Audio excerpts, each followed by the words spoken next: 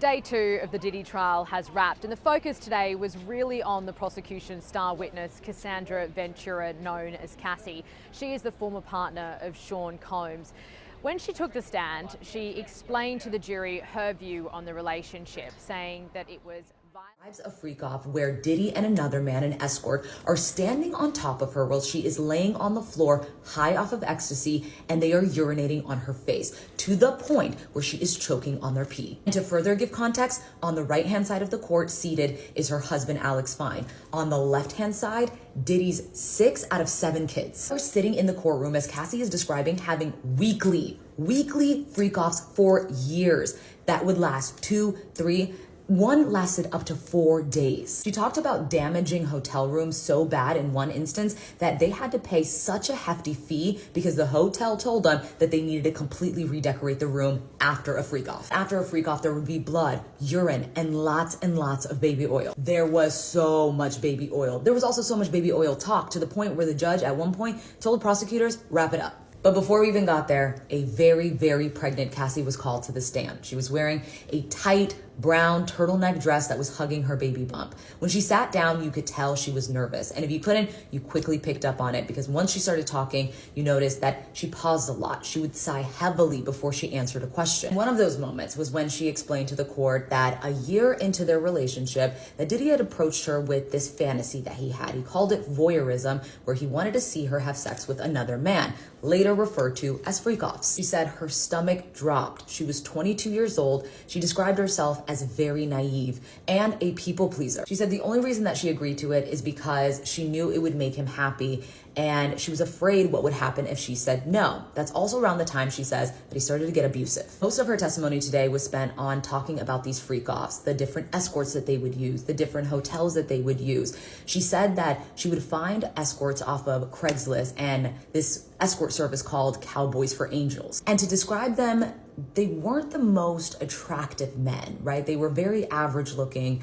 Some of them weren't even conventionally attractive. One thing they had in common is most of them were black because Diddy preferred for her black men with a big D, she said. At one point, Cassie broke down in tears when the prosecutor asked her, why didn't you leave? If the freak-offs, as you explained, were so disgusting and humiliating, why not leave? And she started crying and said that she was very deeply in love, and this was the only alone time that she could get with Diddy. And it got to a point where this was kind of the only emotional connection that she was getting from this man that she was dating. So much more that I'll cover in another video, including his incessant phone calls, him tracking her down with his security, and her never being able to break. Cassie gets back on the stand and her testimony gets really graphic, so major trigger warning.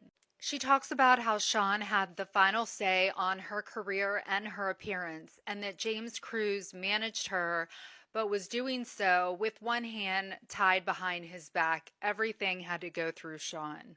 She said he regularly made comments about her appearance, telling her that she looked too Mexican, her hair looked bad, or her nails needed to be a certain way. Some days he wanted her to look really sexy, and some days he wanted her to look like a tomboy. He was very involved in her appearance and what she wore. During freak-offs, her nails had to be white or French manicured. She says her self-worth took a hit during the entire relationship. She says Sean would lash out by taking her electronics, cars, and other possessions. He would take the car away, the house, jewelry. The physical things didn't matter. I just wanted his approval. She testified that he had guns in safes in multiple homes, in his New York, Los Angeles, Miami, and New Jersey homes. These safes also contained cash, jewelry, and videotapes. She even testified about one of the times that her and Sean were in the middle of a freak-off and someone told him that Suge Knight was close by at a diner in LA, and how he got dressed, packed up, and they all headed to go look for Suge Knight. She talked about Sean's voyeurism fantasy, where he described it as a fantasy he had where he would want to see her having intercourse with another man while he watched. She says she agreed to do these things because she didn't want to upset him. I loved him. I didn't want him to think I thought anything bad of him. She says, I felt pretty horrible about myself. I felt disgusting. I felt humiliated. I didn't have the words to show how horrible I felt. I couldn't talk to anyone about it.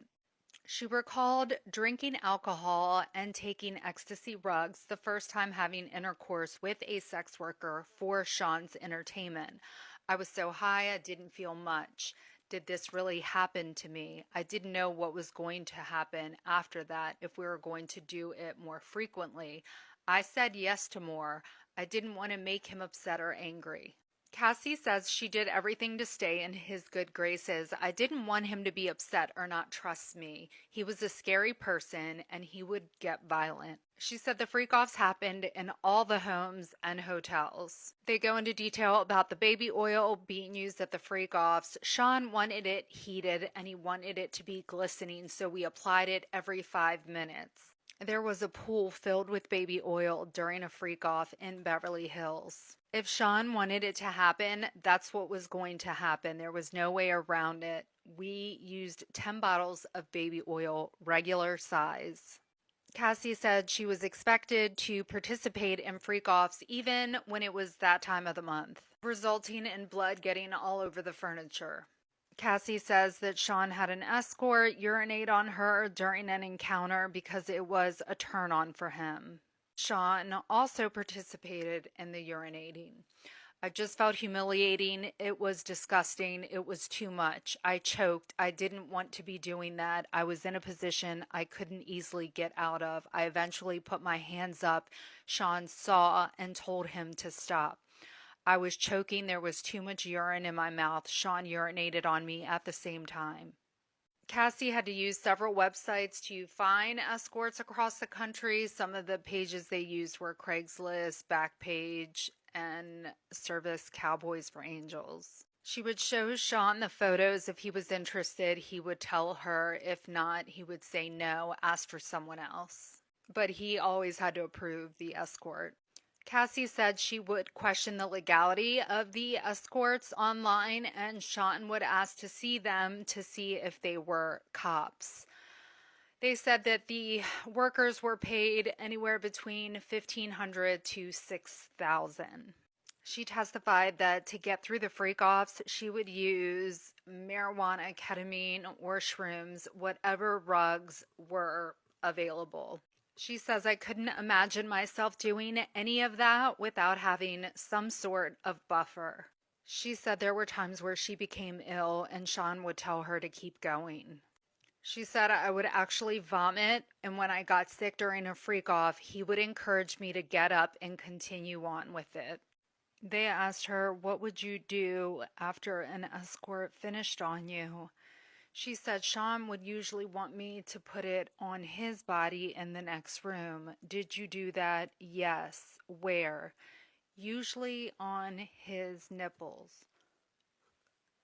Remember, this trial is not being televised. Make sure you're following me. I will be posting updates daily. Abuse against music mogul Sean Diddy Combs. The video, captured on multiple cameras, shows Combs assaulting his then-girlfriend, Cassie Ventura, in a hallway at a Los Angeles hotel in March 2016. A lawsuit filed by Ventura in November last year and settled the next day referenced actions that seem to match those seen in this video. There is no audio. According to the complaint, Combs became extremely intoxicated and punched Miss Ventura in the face, giving her a black eye.